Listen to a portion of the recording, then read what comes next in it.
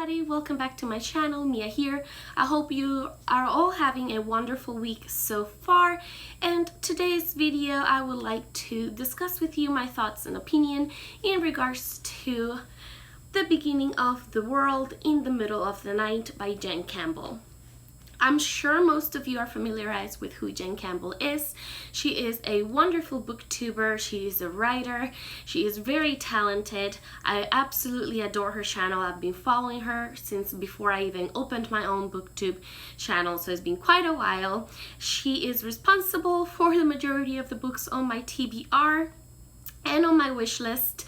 So she is a very well-loved booktuber. However, in case you are not familiarized with her channel for whatever reason, I will make sure to link her channel down below, as well as a couple of videos that she has uploaded in regards to this particular book. This here is the short story collection. It's inspired by fairy tales, by mythology, some religious beliefs. It is full of magical realism, and it is absolutely wonderful. I loved this collection, let me get that out there from now, and I absolutely enjoy pretty much every single story. Of course, I have some favorites and some least favorites. However, since I did enjoy every story, I ended up giving this 5 out of 5 stars. First, I'll tell you a little bit of why I loved this so much, and then I'll tell you a brief description of each of the stories in this collection. There are 12 stories here total, and every story has a very dark and eerie kind of tone, and they are very individual from one another. So the first story is very different from the second, and so on and so on. They each have their own voice.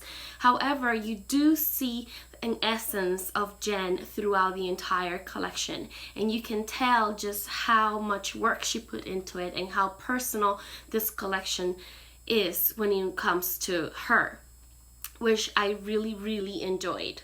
I could hear her voice as I was reading the stories, and I think that that added to the enjoyment of reading this collection. I absolutely loved the writing style. Jen has a very poetic kind of writing style, so it is dark and eerie and poetic, and her use of words are absolutely beautiful.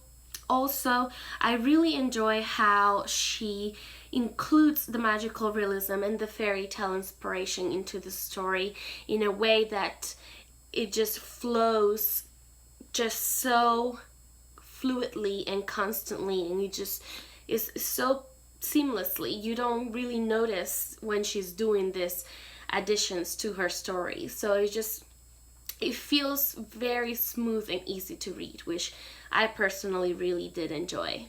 I will tell you a little bit about each of the stories in this collection. However, I will keep everything as brief as possible because I believe that in short stories it is best if you jump into them not really knowing much about them. I feel that if you know too much about the story itself, being that it's so short, it might lose some of its effect on you as the reader. So I'll try to keep everything very brief.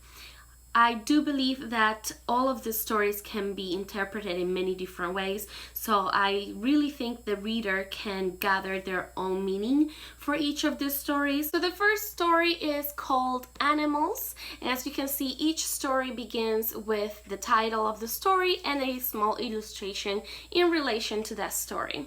So in Animals, you have a heart collector. Pretty much in this world, you can order anything online, including hearts. So this person collects animal hearts in order to eventually give his lover the perfect heart to be loved as he wishes to be.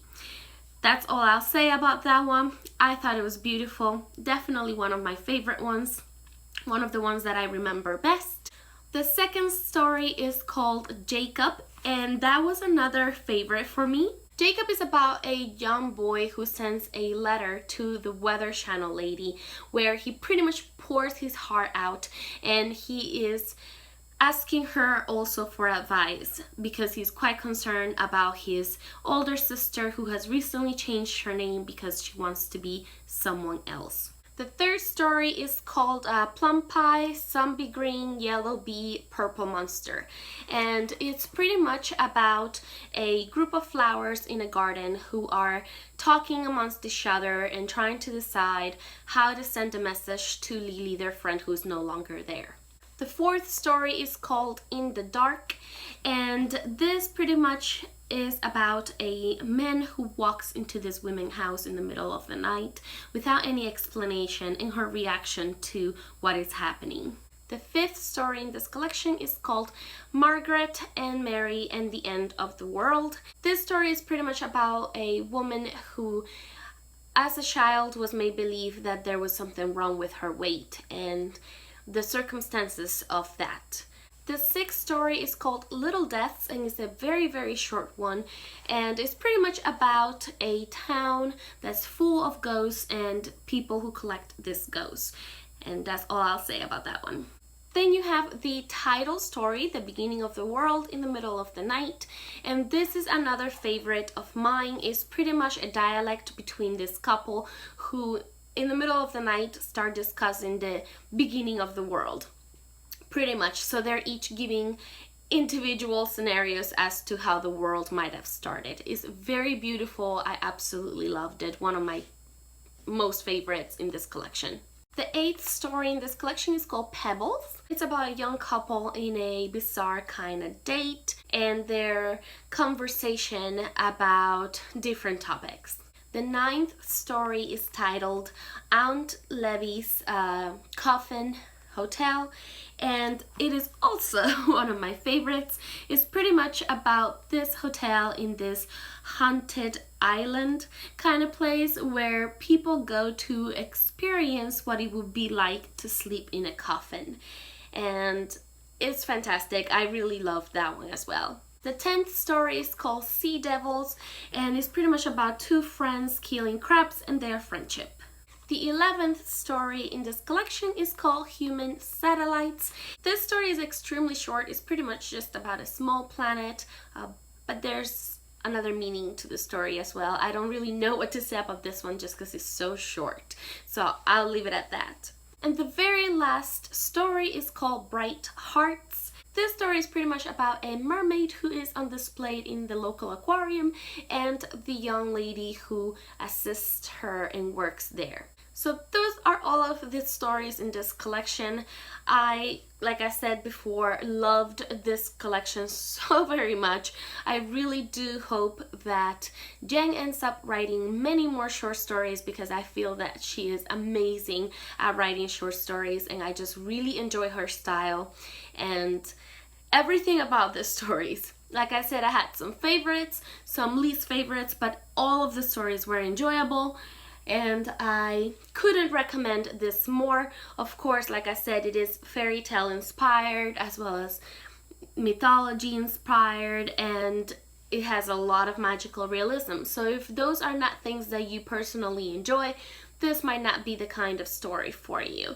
But if you do enjoy those things, then definitely give this book a chance because it is amazing. I hope you guys enjoyed this book review. I hope you have a wonderful rest of your week, and I will see you again soon in another video. Bye!